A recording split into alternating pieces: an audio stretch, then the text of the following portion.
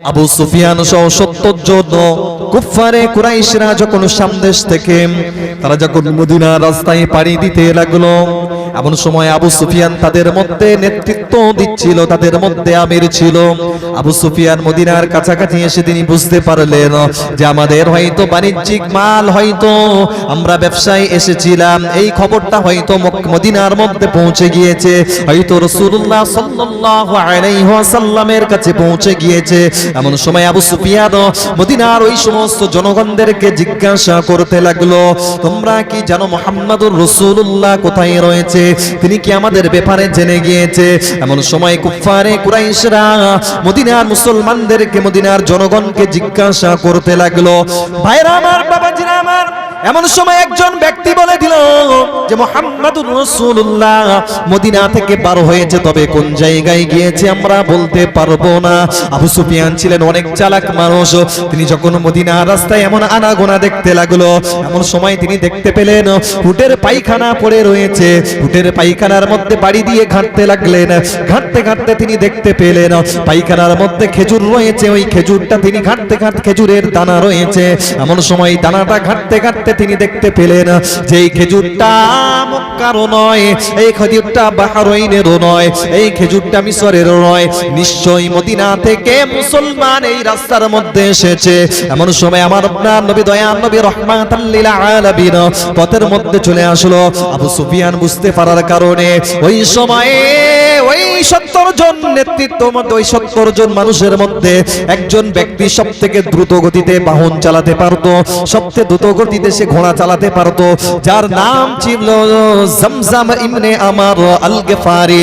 ওই ব্যক্তিকে আবু সুফিয়ান পাঠিয়ে দিল, মক্কার মধ্যে পাঠিয়ে দিল, যাও আবু জেহেলের কাছে আমাদের খবরটা পৌঁছে দাও। বাণিজ্যিক মাল ভালোভাবে হয়তো মক্কার মধ্যে পৌঁছতে পারবে না, বাণিজ্যিক সম্পদ হয়তো ভালোভাবে মক্কার মধ্যে পৌঁছতে পারবে না, যাও চলে যাও, চলে যাও, চলে যাও মক্কার মধ্যে আবু জেহেলের কাছে খবরটা পৌঁছে দাও, যাতে কুফারে কুরাইশরা আমাদের এই বাণিজ্যিক মালগুলো উদ্ধার করতে পারে। সঙ্গে সঙ্গে জামজাম ইবনে আমার আল গিফারি ওই মদিনার উপকূল দিয়ে মক্কার মধ্যে পৌঁছে গেলেন। আবু সুফিয়ান অনেক চালাক মানুষ ছিলেন। মক্কার পথ পরিবর্তন করে তিনি মদিনার পথ পরিবর্তন করে মদিনার উপকূল দিয়ে, সমুদ্র তীর দিয়ে সে মক্কার পথে রওনা দিলেন। এমন সময় আমার নবীর কাছে খবরটা পৌঁছে গেল, আমার নবীর কাছে খবরটা পৌঁছে গেল যে আবু সুফিয়ান মদিনার পথ, মদিনার উপকূল দিয়ে সমুদ্র রাস্তা দিয়ে সে মক্কার মধ্যে পৌঁছে গিয়েছে, নিরাপদে পৌঁছে গিয়েছে, নিরাপদে মদিনার মধ্যে পৌঁছে গিয়েছে। এমন সময় আমার নবী সাহাবায়ে কেরামদেরকে বলতে লাগলেন, ওপারে আবু জেহেল, উতবা, শাইবা, কুফারে কুরাইশরা, কুফারে সমস্ত কুরাইশরা তারা হাঁটতে হাঁটতে অস্ত্র শস্ত্র সজ্জিত হয়ে উলঙ্গ নারীদেরকে নিয়ে নাচতে নাচতে তারা উঠে পড়ে লেগেছে। যেহেতু আজকের আমরা পার হয়েছি, আমরা আমাদের বাণিজ্যিক মালগুলো আমরা যতক্ষণ না আমরা হেফাজত করে মক্কার মধ্যে ফিরিয়ে আনবো, ততক্ষণ পর্যন্ত আমরা ফিরে আসবো না। ভাইরা আমার, বাবাজিরা আমার, এমন সময় আবু জেহেল আস্তে আস্তে জুহফা নামক জায়গার মধ্যে চলে এলেন। আবু সুফিয়ান খবরটা পৌঁছে দিলেন যে নিরাপদে মাল মক্কার মধ্যে চলে এসেছি, সমস্ত বাণিজ্যিক সম্পদ নিয়ে আমরা মক্কার মধ্যে চলে এসেছি, আর যুদ্ধ করার কোনো দরকার নেই, আর যুদ্ধ করার কোনো প্রয়োজন নেই। আবু জেহেল ওই সময় বলতে লাগলো, যেহেতু আমরা মক্কা থেকে বারো হয়েছি, আমরা যেহেতু বারো হয়েছি, আমরা ততক্ষণ পর্যন্ত আমরা মক্কাতে ফিরে যাব না যতক্ষণ পর্যন্ত আমরা সমস্ত মুসলমানদেরকে উৎখাত না করব, মুসলমানদেরকে যতক্ষণ না আমরা শিক্ষা দেব, যতক্ষণ না মুসলমানদেরকে আমরা এই দুনিয়া থেকে উৎখাত করে দেব, শেষ করে দেব, ততক্ষণ পর্যন্ত আমরা মক্কার মধ্যে ফিরে যাব না। তদ্রূপভাবে আজকের ভারতবর্ষের জমিনে কিছু উগ্রপন্থী আজকে তারা বলতে লেগেছে, যেহেতু আমরা আজকের উঠে দাঁড়াচ্ছি, মানে আমরা যতক্ষণ পর্যন্ত আমরা মুসলমানদেরকে ভারত ছাড়া না করব, ততক্ষণ পর্যন্ত আমরা থামবো না। কথা ঠিক কিনা? এক শ্রেণী মানুষ বলছে কি বলছে না, যে আমরা যেহেতু আজকের উঠে দাঁড়িয়েছি, আমরা সংখ্যাগুরু, আমরা ততক্ষণ থামবো না যতক্ষণ পর্যন্ত আমাদের মুসলমানদের, সমস্ত মুসলমানদেরকে উৎখাত করে শেষ করে আমরা আজকের যতক্ষণ আমরা শেষ করব ততক্ষণ পর্যন্ত আমরা থামবো না। ভাইরা আমার, বাবাজিরা আমার, এমন সময় সাহাবায়ে কেরামদেরকে ডেকে আল্লাহর হাবিব সাল্লাল্লাহু আলাইহি ওয়াসাল্লাম বলতে লাগলেন, ও বাবা সাহাবীরা, ও বাবা সাহাবীরা, আবু সুফিয়ান তো নিরাপদে মক্কার মধ্যে পৌঁছে গেল বাণিজ্যিক মাল সাবান নিয়ে, কিন্তু আমাদেরকে উৎখাত করার জন্য, আমাদেরকে হত্যা করার জন্য, আমাদেরকে দুনিয়া থেকে শেষ করার জন্য আবু জেহেল অস্ত্র শস্ত্র সজ্জিত হয়ে 1000 মানুষ নিয়ে, 1000 সেনাবাহিনী নিয়ে আমাদের দিকে এগুতে লেগেছে। সাহাবায়ে কেরামদেরকে ডেকে ডেকে বলতে লাগলেন, ভাইরা আমার, বাবাজিরা আমার, এমন সময় সাহাবায়ে কেরামরা উত্তর দিলেন, ইয়া রাসূলুল্লাহ হাবিবাল্লাহ হুজুর, ইয়া রাসূলুল্লাহ হাবিবাল্লাহ হুজুর, আজকের দিনেতে আমাদের যুদ্ধ করার মতো কোনো অস্ত্র নেই, শস্ত্র নেই, কিছু নেই। আজকের দিনেতে আমাদের যুদ্ধ করার জন্য কোনো অস্ত্র নেই, শস্ত্র নেই, ইয়া রাসূলুল্লাহ, তবে আমরা আপনার সাথে রয়েছি, আমরা আপনার সাথে যাব। আবু জেহেল যেহেতু আমাদের দিকে সামনের দিকে এগিয়ে আসছে, ইয়া রাসূলুল্লাহ, আমরাও আপনার সাথে সামনের দিকে এগিয়ে যাব। এমন সময় সিদ্দিক আকবর উঠে দাঁড়িয়ে গেলেন, ইয়া রাসূলুল্লাহ হাবিবাল্লাহ হুজুর, আপনি চিন্তা করবেন না, চলো আমরাও সামনের দিকে আগাই। আবার আমার নবী জিজ্ঞাসা করতে লাগলেন সাহাবায়ে কেরামদের, ও বাবা সাহাবীরা, ও বাবা সাহাবীরা, আবু জেহেল তো সামনের দিকে এগিয়ে আসছে, কি করা যায়, কি করা যায়?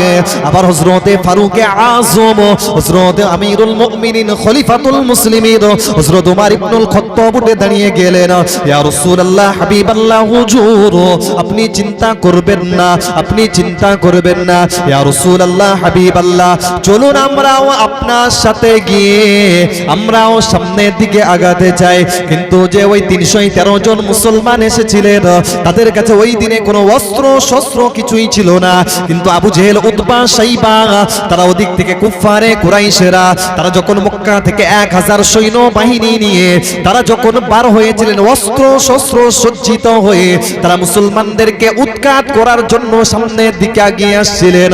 ঠিক তদ্রূপ ভাবে ভারতবর্ষের জমিনে আজকে 30 কোটি মুসলমান, না আছে কোনো নেতা, না আছে তাদের হাতে কোনো ক্ষমতা, না আছে তাদের হাতে কোনো অস্ত্র শস্ত্র, না কিছুই রয়েছে, যার কারণে তাদের হাতে অস্ত্র শস্ত্র, পুলিশ বাহিনী, সবকিছু সেনাবাহিনী থাকার কারণে তারা আজকের বলতে লেগেছে, আমরা মুসলমানদেরকে উৎখাত না করা পর্যন্ত আমরা থামবো না, থামবো না।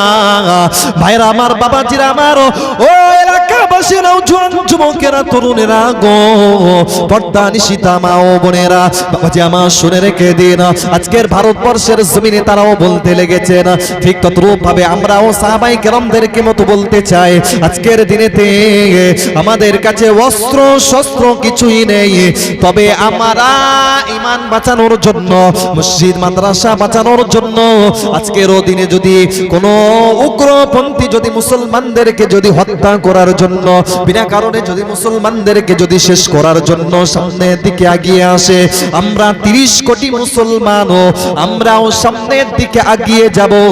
আমরাও কোনো ভাবে আমাদের মসজিদ মাদ্রাসা, আমাদের কোন মুসলমান ভাইদের উপরে বিনা কারণে যদি অত্যাচার করা হয়, আমরাও ছেড়ে কথা বলবো না। কথা ঠিক কি? তো কথা ঠিক কিনা? আমরাও আজকের বলতে চাই, তারা কুফফারে কুরাইশরা 1000 সৈন্যবাহিনী নিয়ে সামনের দিকে আগুচ্ছে আর বলছে চলো আমরা আজকে শেষ করেই তবেই থামবো। তেমন তদ্রূপ ভাবে এরা আজকের 70 কোটি, তারা আজকের 70% মুসলিম হিন্দু উগ্রপন্থী হওয়ার কারণে তারাও বলছে আমরা আজকে সংখ্যাগুরু, আমরা শেষ করেই তবেই থামবো।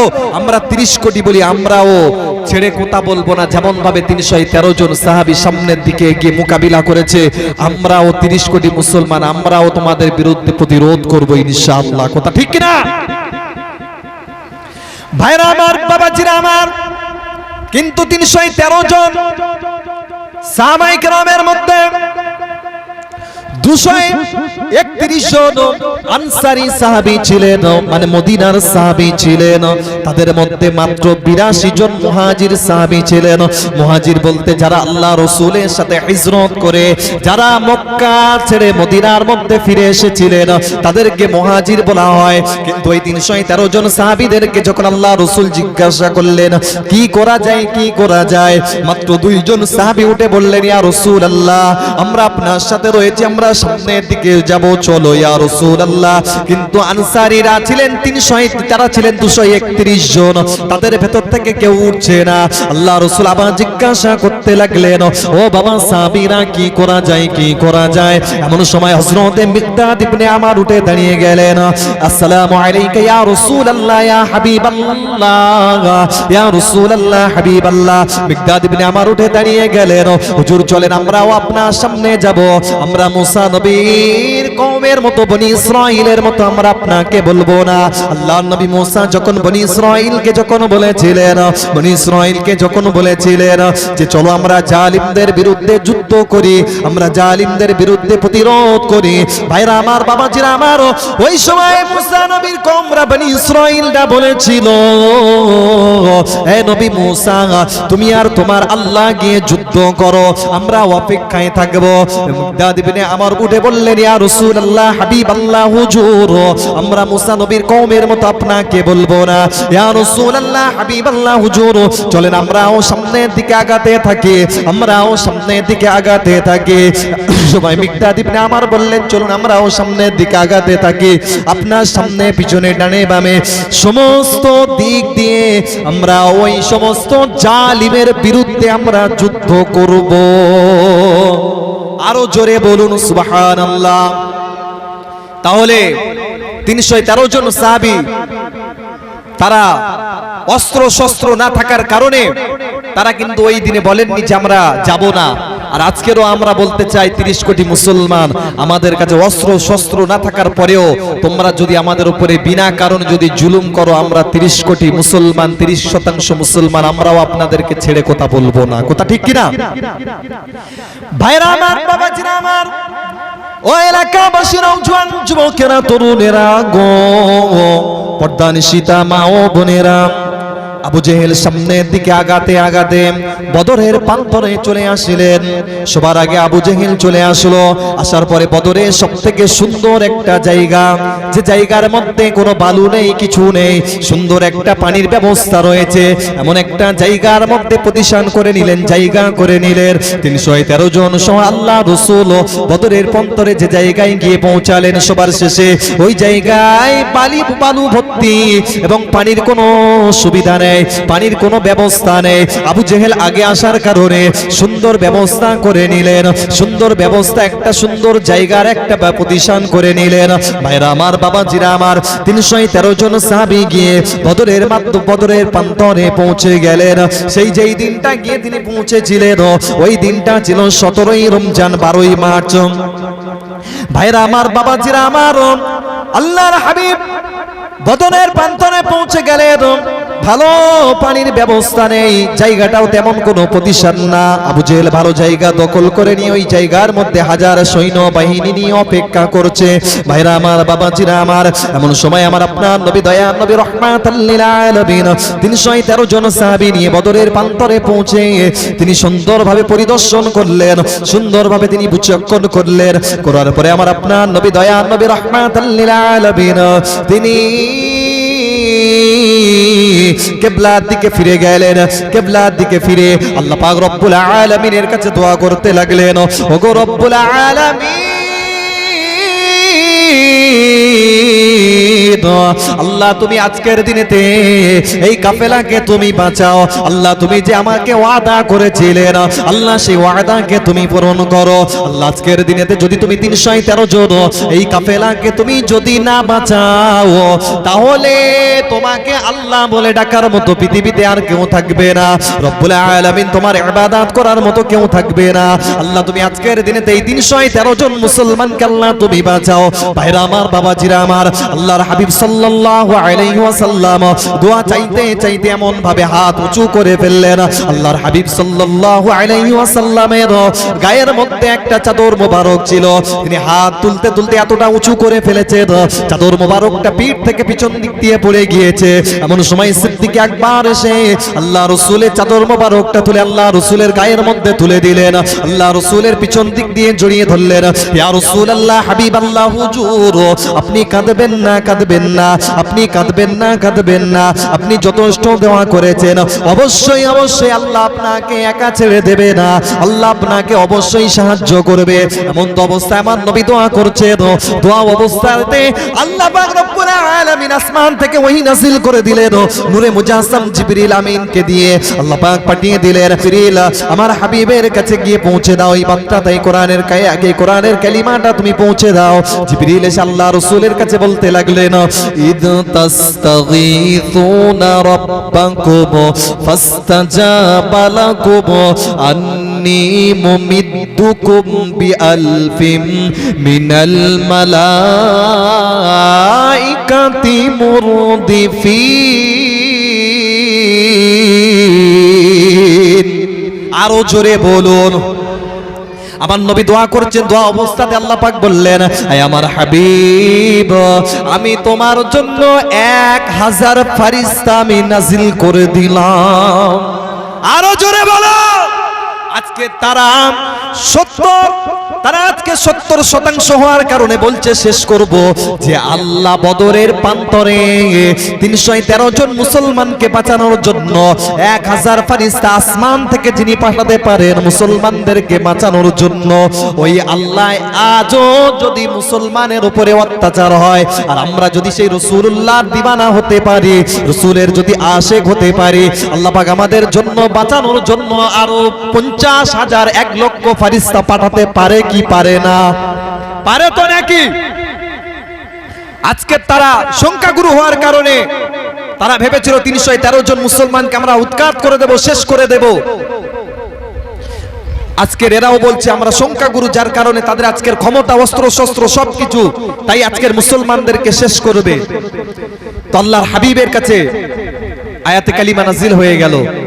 আল্লাহর হাবিব এবার একটু আরাম করছেন। স্বপ্নের মাধ্যমে তিনি দেখছেন যে 313 জন মুসলমানকে বাঁচানোর জন্য আল্লাহ পাক যে ওয়াদা করেছিলেন, ইস্তাস্তাগীথুনা রাব্বাকুম ফাস্তাজাবা লাকুম আন্নী মুমিদ্দুকুম বিআলফিম মিনাল মালাইকাতি মুরদিফিন। আয় হাবিব, আমি তোমার জন্য 1000 ফেরেশতা নাজিল করলাম। আল্লাহর হাবিব সাল্লাল্লাহু আলাইহি ওয়াসাল্লাম স্বপ্নের মধ্যে দেখতে পেলেন। সুবহানাল্লাহ বলুন।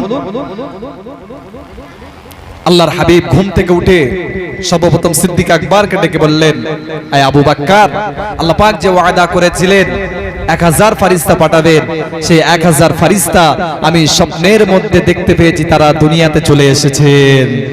আরো জোরে বলুন। ভাইরা আমার, বাবাজিরা আমার, এমন সময় যুদ্ধ শুরু হয়ে যাবে। সকালে যুদ্ধ আরম্ভ হয়ে গেল। আনসারী 3 জন সাহাবীকে আল্লাহ রাসূল সকালে পাঠিয়ে দিলেন, সবার আগে পাঠিয়ে দিলেন। 1000 কুফারে কুরাইশদের মধ্য থেকে 3 জন কুফারে কুরাইশ চলে এলো, যাদের মধ্যে একজন ছিলেন উতবা, শাইবার, ওয়ালিদ। অস্ত্র শস্ত্র নিয়ে বদরের প্রান্তরে চলে এলেন। 3 জন আনসারী সাহাবী গিয়ে হাজির হলেন। তারা বললেন, আমরা তোমাদেরকে চিনি না, কেননা ওই কুফারে কুরাইশদের ঘর ছিলেন মক্কায়, আর তাদের থেকে যারা মুহাজির সাহাবী মদিনাতে এসেছিলেন তাদের কথা তারা বলতে চায় যে তোমরা যে মদিনা, তোমরা আনসারী, আমরা তোমাদেরকে চিনি না, তোমরা তো মদিনাবাসী, আমরা তোমাদেরকে চিনি না, তোমাদের সাথে যুদ্ধ করতে চাই না। যারা আমাদের সাথে যুদ্ধ করতে চায় অর্থাৎ মুহাজিরদেরকে পাঠিয়ে দাও। ভাইরা আমার, বাবাজিরা আমার, এমন সময় ওই 3 জন আনসারী সাহাবী ফিরে এলেন আল্লাহর হাবিব সাল্লাল্লাহু আলাইহি ওয়াসাল্লাম। এমন সময় মুহাজিরদের মধ্যে 3 জন সাহাবীকে পাঠিয়েছিলেন, যাদের মধ্যে ছিলেন একজন ছিলেন হযরত আবু উবাইদা ইবনে জাররাহ, হযরত আমিরে হামজা, আর একজন ছিলেন যার নাম ছিল শেরে খোদা আলী কাল্লামাল্লাহু ওয়াজহু। 3 জন সাহাবীকে তিনি পাঠিয়ে দিলেন। ওপারে 3 জন কুফারে কুরাইশরা তারা অস্ত্র শস্ত্র নিয়ে বদরের প্রান্তরে চলে এলেন।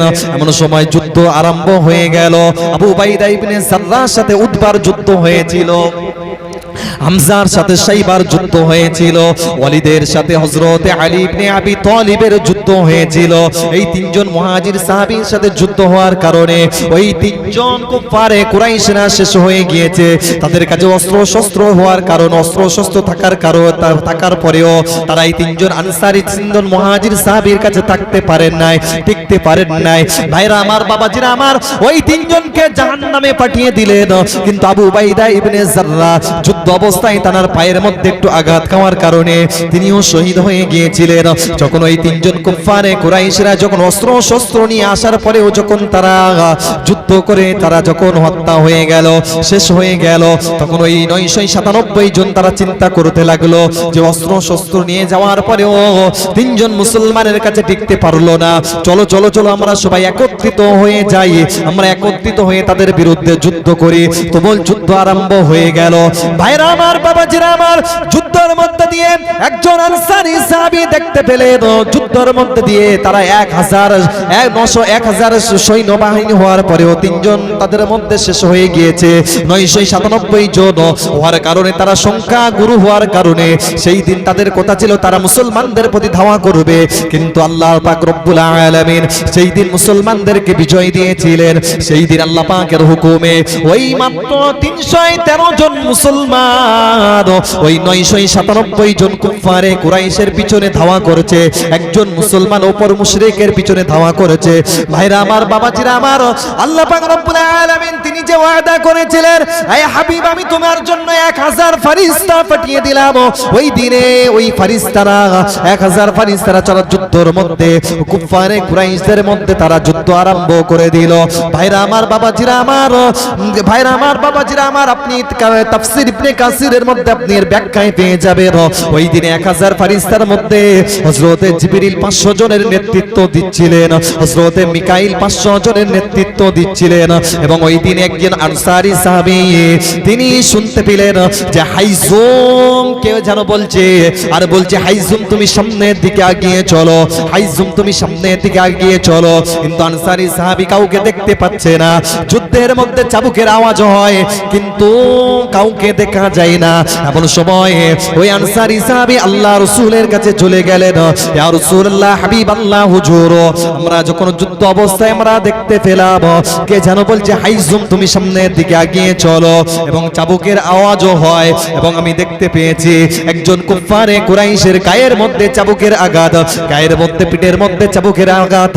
আল্লাহর হাবিব সাল্লাল্লাহু আলাইহি ওয়াসাল্লাম ওই আনসারী সাহাবীকে বলতে লাগলেন, ও বাবা সাহাবী তুমি সত্য বলেছো, কেন না ওই হাইজুম হলো ফেরেশতাদের বাহন, আর ওই ফেরেশতারা হাইজুমকে বলছে চলো সামনের দিকে আগাও। তুমি যে দেখেছো, তুমি যে চাবুকের আওয়াজ শুনেছো, ওই চাবুক ফেরেশতারা আওয়াজ করেছিল, এবং তুমি যে ওই কুফারে কুরাইশের গায়ের মধ্যে চাবুকের আঘাত দেখেছো, এটা ফেরেশতাদের আঘাত। ওই আনসারী সাহাবীকে আল্লাহ রাসূল বলতে লাগলেন, ও বাবা সাহাবী তুমি সত্য বলেছো, তুমি সত্য বলেছো। আজকের দিনেতেও আমরা যদি সেই রাসূলের দিওয়ানা হতে পারি, সেই রাসূলকে যদি ভালোবাসতে পারি, যে রব্বুল আলামিন বদরের প্রান্তরে মুসলমানদেরকে বিজয় দান করতে পারে, সেই রব্বুল আলামিন আজকের দিনেতেও এই 30 কোটি মুসলমানদেরকেও বিজয় দান করতে পারে কি পারে না? পারে তো নাকি?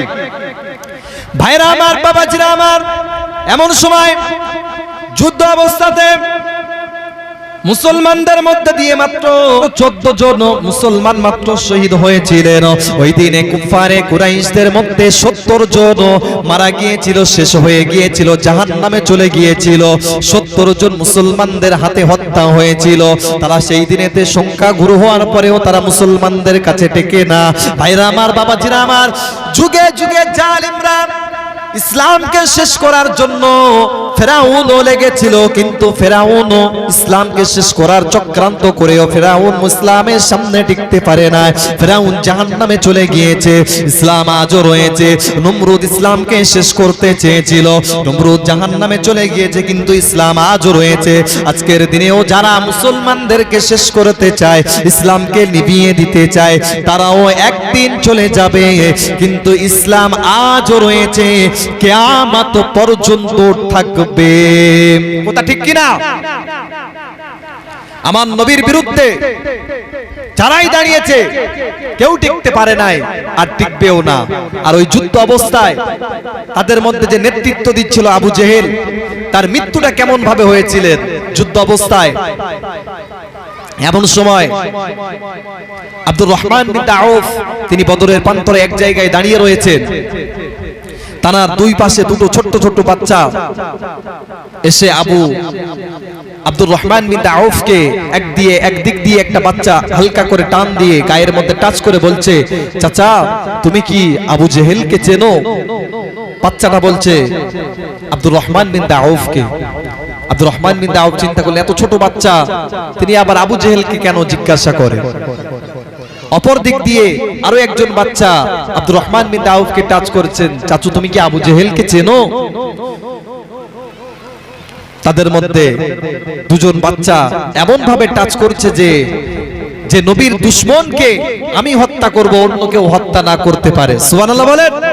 আমরা আজও বলতে চাই, আমার নবীর বিরুদ্ধে যারাই প্রতিবাদ করবে, আমার নবীর বিরুদ্ধে যাবে, আমরা তাদের বিরুদ্ধে আজও যুদ্ধ করব। পৃথিবীর জমিনে হয় তারাই থাকবে, না হয় আমরা থাকবো। কথা ঠিক কিনা? ভাইরা আমার, বাবাজিরা আমার, ও এলাকাবাসীরা, জওয়ান যুবকেরা, তরুণেরা গো, আব্দুর রহমান বিন আউফ যখন জিজ্ঞাসা করলো, বাবা তোমরা কেন আবু জেহেলকে জিজ্ঞাসা করো? আবু জেহেলের সাথে তোমার কি শত্রুতা? ওই সময় ওই ছোট্ট বাচ্চা বলতে লাগলো যে আমি শুনেছি আমার নবী মুহাম্মদুর রাসূলুল্লাহকে নিয়ে কটূক্তি করেছে, আমার নবী মুহাম্মদুর রাসূলুল্লাহকে নিয়ে গালি দিয়েছে। এই পৃথিবীর জমিনে হয় আবু জেহেল থাকবে, না হয় আমরা পৃথিবীর জমিনে থাকবো। আরো জোরে বলুন ভাইরা আমার, বাবাজিরা আমার। যখন এমন সময় আব্দুর রহমান বিন আউফ যখন ওই আবু জেহেলকে যখনই দেখিয়ে দিলেন, ওই সময় ওই ছোট্ট বাচ্চা দুটো বাজ পাখির ন্যায় আবু জেহেলের উপরে ঝাঁপিয়ে পড়লো এবং তাকে আঘাত করতে করতে মুমূর্ষু অবস্থায় করে দিল, মুমূর্ষু অবস্থায় করে দিল। মারা যাবে, মারা যাবে, মারা যাবে, মারা যাবে, এমন অবস্থা হয়ে গিয়েছে। ভাইরা আমার, বাবাজিরা আমার, এমন সময় আমার নবী বললেন, আমার নবী বললেন আব্দুল্লাহ ইবনে মাসউদকে ডেকে বললেন, যাও যুদ্ধের মধ্যে বড় শয়তানটার কি অবস্থা দেখে এসো, বড় শয়তানটার কি অবস্থা দেখে এসো। ভাইরা আমার, বাবাজিরা আমার, এমন সময় আব্দুল্লাহ ইবনে মাসউদ চলে গেলেন। যুদ্ধ অবস্থায় আবু জেহেল জমিনের মধ্যে পড়ে রইলেন। আব্দুল্লাহ ইবনে মাসউদ বুকের মধ্যে চেপে বসলেন, বুকের মধ্যে চেপে বসে বললেন, এই আবু জেহেল, এখনো সময় রয়েছে, আমার রাসূলকে মেনে নে, আমার রাসূলের বিরোধিতা করিস নি।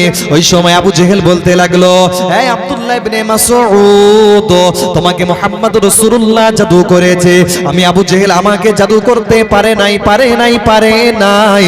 আব্দুল্লাহ ইবনে মাসউদ বললেন, যাও তোমাকে কিছু সময় দিলাম। আবার জিজ্ঞাসা করলেন, কিন্তু বলছে না, তোমাদের মুহাম্মদ রাসূলুল্লাহ তোমাদেরকে জাদু করেছে। এমন সময় আব্দুল্লাহ ইবনে মাসউদ সহ্য করতে না পেরে তার গলার মধ্যে ছুরি চালিয়ে দিলেন এবং কল্লা থেকে ধড়টা আলাদা করে দিলেন। বাবাজি আমার, এমন সময় তার কল্লাটা আলাদা করতে চাই কিন্তু আলাদা হতে চায় না, কিন্তু এমন সময় আলাদা হতে চায় না।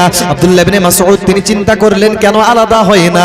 তার কাছে ছুরি ছিলেন, এমন তো অবস্থায় তার দুটো কান দুটো ফুটো করে দিলেন এবং কানের মধ্যে রড ঢুকিয়ে দিলেন, দিয়ে এমন সময় টানতে লাগলেন, এমন সময় ওই মুন্ডুটা আলাদা করে দিলেন। আমার নবীর কাছে চলে গেলেন, ইয়া রাসূলুল্লাহ, হাবিবাল্লাহ, হুজুর আবু জেহেল শেষ হয়ে গিয়েছে, শেষ হয়ে গিয়েছে। নূরে মুজাসসাম জিবরিল আমিন আমার রাসূলের কাছে চলে আসলেন, এসে বললেন, ইয়া রাসূলুল্লাহ, হাবিবাল্লাহ, হুজুর, ইয়া রাসূলুল্লাহ, হাবিবাল্লাহ, হুজুর, আল্লাহ পাক রব্বুল আলামিন আব্দুল্লাহ ইবনে মাসউদের সূরা রহমান পড়ার কারণে তার একটি কান ছিদ্র করে দিয়েছিল।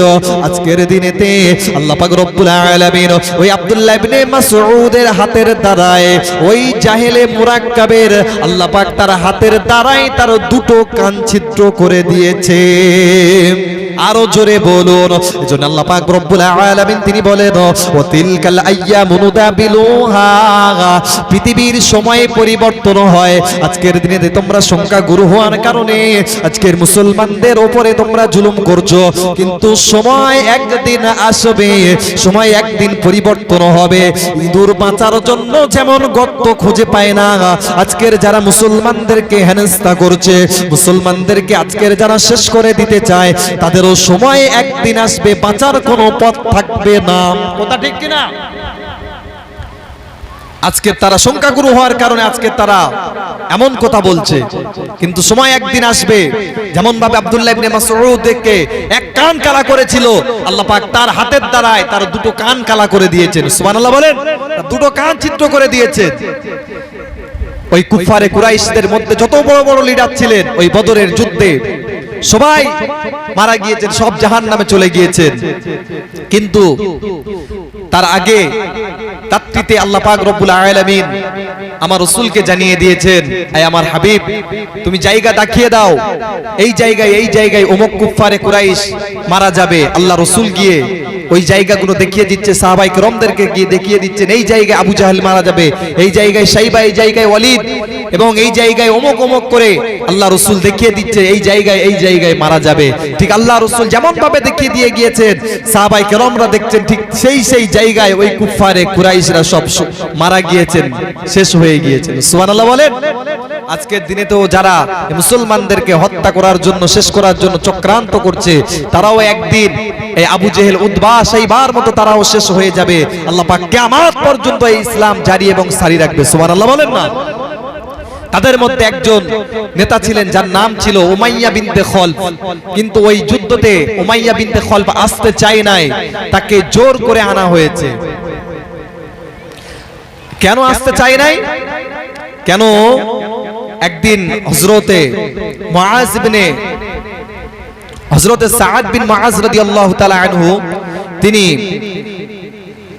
হযরতে সাআদ বিন মুআজ রাদিয়াল্লাহু তাআলা আনহু তিনি যখন মক্কার মধ্যে যেতেন, তার বন্ধু ছিলেন উমাইয়া বিনতে খলফ। যখন তিনি মক্কাতে যেতেন, ওই বন্ধুর বাড়ি আশ্রয় নিতেন। তো একদিন মুআজের বাড়িতে গিয়ে বলছেন, এই মুআজ, আমি আজকের দিনেতে যখন মদিনাতে হিজরত করলেন, মদিনাতে হিজরত করার পরে মুআজকে বলছেন, মুআজের বাড়িতে সাআদ বিন মুআজ উমাইয়া বিনতে খলফের বাড়িতে গিয়ে বলছে, এই মুআজ, আমি আজকের যেহেতু মক্কার মধ্যে এসেছি, আমি আজকের দিনে কাবা শরীফটা তওয়াফ করব। এমন সময় তওয়াফ করতে চাই যে সময়ে কোনো মানুষ থাকবে না, আমি একা একা তওয়াফ করব। সুবহানাল্লাহ বলেন। তো এমন সময় উমাইয়া বিনতে খলফ একদম দুপুরবেলা, যে সময় রৌদ্র তাপ থাকে, সেই সময়ে হযরতে সাআদ বিন মুআজকে নিয়ে গেলেন মক্কা চত্বরে। মক্কা চত্বরে নিয়ে যাওয়ার পরে তওয়াফ করছেন, আবু জেহেল এসে বলছেন, এই উমাইয়া বিনতে খলফ, তোমার সাথে ওটা কে রয়েছে?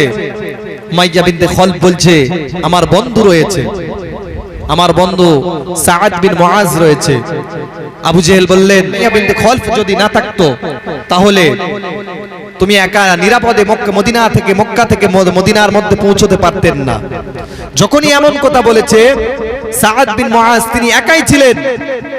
তিনি ওই সময় আবু জেহেলকে বললেন, এই আবু জেহেল, তুমি কার হুমকি দাও? তুমি আমাকে কার হুমকি দাও? তুমি যখন মদিনার উপর দিয়ে ব্যবসার জন্য শাম দেশেতে যাবে, তখনও তুমি নিরাপদে ফিরে আসতে পারবে না। একজন মুসলমান একজন মুশরিকের এলাকায় গিয়ে এমন জোর গলায় বলছে, তুমি কাকে হুমকি দিচ্ছ? তখন এমন সময় যখন আবু জেহেলের সাথে ঝগড়া আরম্ভ হলো সাআদ বিন মুআজের, ওই সময়ে উমাইয়া বিনতে খলফ বলছে, এই সাআদ, সে একজন নেতা মানুষ, তাকে তুমি ধমক দিও না। উমাইয়া বিনতে খলফ যখন সাআদ বিন মুআজকে এমন বললেন, ওই সময়ে হযরতে সাআদ বিন মুআজ বললেন, এই উমাইয়া বিনতে খলফ, তুমি আমার বন্ধু হও তো কি হয়েছে? আমি আল্লাহ রাসূলের পাক জবান থেকে শুনেছি, আল্লাহর কসম, তোমাকে কিন্তু মুসলমানরা হত্যা করবে। যখনই এমন বলেছে, ভয়ে চলে গেলেন ঘরের মধ্যে, গিয়ে তার স্ত্রীকে বললেন, স্ত্রী, বিবিকে ডেকে বললেন, বিবি, তুমি কি জানো সাআদ কি বলেছে? স্ত্রী বললেন, কি বলেছে? বলছে যে মুসলমানরা নাকি আমাকে হত্যা করছে। আল্লাহর কসম, আমি আজকের থেকে আমি আর মক্কার বাইরে আমি আর যাব না। এখান থেকে একটাই শিক্ষা, যে মুসলমান কোনোদিন কোনো কুফফার, কোনো কাফের, মুশরিককে ভয় করে না, ভয় করে একমাত্র মুশরিকরা মৃত্যুকে। কথা ঠিক কিনা? মৃত্যুর ভয়ে উমাইয়া বিনতে খলফ বলছে, আমি মক্কা থেকে আর বার হব না। আর সাআদ বিন মুআজ কোনো মুশরিককে ভয় না করে বলছে, এই তুমি কাকে হুমকি দিচ্ছ? তুমি কাকে হুমকি দিচ্ছ? ভাইরা আমার, বাবাজিরা আমার, যখন বদরের যুদ্ধের জন্য আবু জেহেল যখন ডাকতে লাগলো, ওই সময় উমাইয়া বিনতে খলফ বাড়ি থেকে বার হতে চায় না। আবু জেহেল বলতে লাগলো, এই উমাইয়া বিনতে খলফ, তুমি একজন নেতা মানুষ, তুমি যদি না যাও, কুফফারে কুরাইশের মধ্যে তুমি একজন অন্যতম মানুষ, তুমি যদি না যাও, তাহলে মানুষ তোমাকে খারাপ বলবে, তুমি একজন নেতা মানুষ। ওই সময় উমাইয়া বিনতে খলফ যেতে চায় না, কিন্তু যখন বারবার তাকে বলতে লাগে, ওই সময় উমাইয়া বিনতে খলফ আবু জেহেলকে বলতে লাগলো, ঠিক আছে, আমি তোমাদের সাথে যুদ্ধের মধ্যে অংশগ্রহণ করব, কিন্তু আমাকে সব থেকে দ্রুত গতিতে যে ঘোড়াটা চলে, যে ঘোড়াটা সব থেকে দ্রুত গতিতে চলে, ওই ঘোড়াটা তোমাকে আমার দিতে হবে। তুমি কি জানো তোমাকে মুসলমানরা কিন্তু একদিন হত্যা করবে? তোমাইয়া বিনতে খলফ বিবির কাছে গিয়ে বলছে, বিবি আমি আজকের থেকে আল্লাহর কসম করছি, শপথ করছি যে আজকের থেকে আমি আজকের মক্কা চত্বর থেকে আমি আর কোনোদিন বার হব না। ভাইরা আমার, বাবাজিরা আমার, যুদ্ধের জন্য যখন আবু জেহেল যখন ডাকতে লাগলেন, চলো চলো চলো বাণিজ্যিক মাল কাফেলা বাঁচাতে হবে আমাদেরকে বাবাজি আমার, তখন উমাইয়া বিনতে খলফ বলতে লাগলো, আমি যুদ্ধের মধ্যে যাব না, যাব না, যাব না, আমি যুদ্ধের মধ্যে যাব না। আবু জেহেল তিনিও থামে না।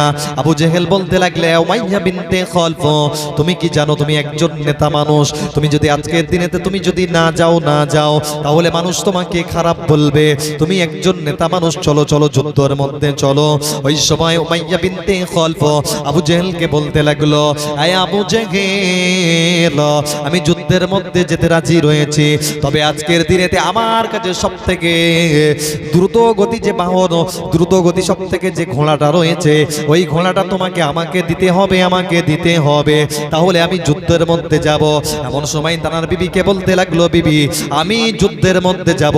বিবি তাকে বলতে লাগলো, তুমি যে ওয়াদা করলেন, তুমি যে কসম খেলেন যে আমি মক্কা ছেড়ে আর কোনোদিন বার হব না, ওই সময় উমাইয়া বিনতে খলফ তার বিবিকে বলতে লাগলো, বিবি তুমি কি জানো আমি সব থেকে দ্রুত গতি যে বাহনটা রয়েছে, দ্রুত গতি যে ঘোড়াটা রয়েছে, আমি ওই ঘোড়াটা নিয়ে যুদ্ধের মধ্যে যাব।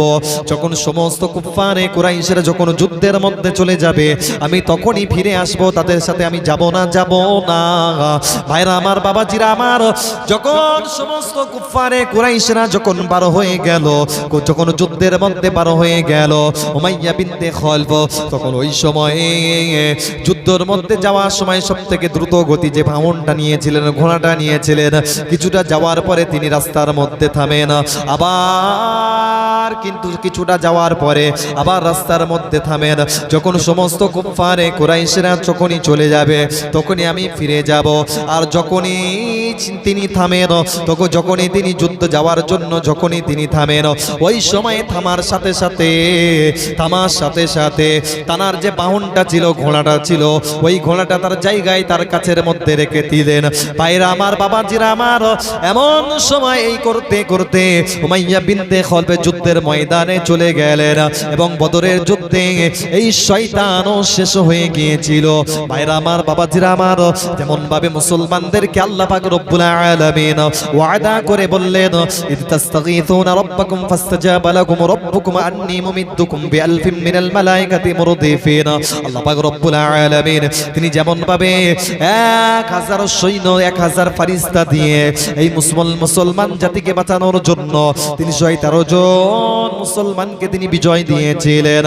আল্লাহ পাক সেটাই বললেন, ওয়ালাকাদ নাসরাকুমুল্লাহু বিবাদরিন ওয়া আনতুম আদিল্লা, আমি আল্লাহ অবশ্যই আমি তোমাদেরকে বদরের প্রান্তরে আমি আল্লাহ তোমাদেরকে বিজয় দান করেছিলাম। আরো জোরে বলুন। তাহলে আজকের দিনেতে আমরা সংখ্যা লঘু হওয়ার কারণে আমাদের কোনো ভয় রয়েছে? জোরে বলুন। আমাদের কোনো ভয় নেই। তোমরা সংখ্যা গুরু হও, যা ইচ্ছা তাই হও, অস্ত্র থাকুক, শস্ত্র থাকুক, সেনাবাহিনী থাকুক, যা ইচ্ছা তাই থাকুক, মুসলমান কোনোদিন কোনো কাফের মুশরিককে ভয় পায় না। আর মুসলমানের অস্ত্র শস্ত্র তো বন্দুক গুলি এমন কিছু নয়, বোম বোমা এমন কিছু মুসলমানদের হাতিয়ার নয়। মুসলমানদের হাতিয়ার হলো আল্লাহ পাকের কাছে দোয়া চাওয়া। সুবহানাল্লাহ বলেন।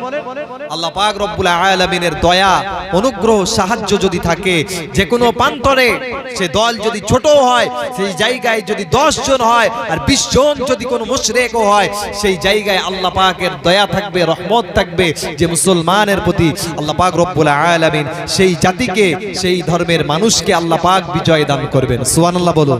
তো ভাইরা আমার, বাবাজিরা আমার, আজকের ভারতবর্ষের জমিনে আজকের আমরা সংখ্যা লঘু হওয়ার কারণে আজকের আমাদের উপরে বড় নির্যাতন, নিপীড়ন হয়। আমরা আজকে 30 কোটি মুসলমান হওয়ার কারণে কখনো আমাদের মসজিদ ভাঙে, কখনো আমাদের মাদ্রাসা ভেঙে দেয়, কখনো আমাদের কবরস্থানের মাটি তুলে নেয়। ইউপির এক কবরস্থানের মাটি তারা রাতারাতি তুলে নিয়েছে, কারণ তারাই আজকে সংখ্যা গুরু। কথা ঠিক কিনা? কিন্তু তাদের একটা কথা মনে রাখা দরকার, যে পৃথিবীর সময় পরিবর্তন হয়, একদিন সময়ও পরিবর্তন হবে। ইঁদুর বাঁচার জন্য যেমন গর্ত খুঁজে পায় না, সময়ও একদিন আসবে। এই সমস্ত হিসেব আপনাদেরকে আমাদেরকেও দোয়া লাগবে মুসলমানদের কাছে, কথা ঠিক কিনা? তো আল্লাহ পাক রব্বুল আলামিন তিনি বদরের প্রান্তরে এই মুসলমানদেরকে বিজয় দান করেছিলেন। সুবহানাল্লাহ বলুন।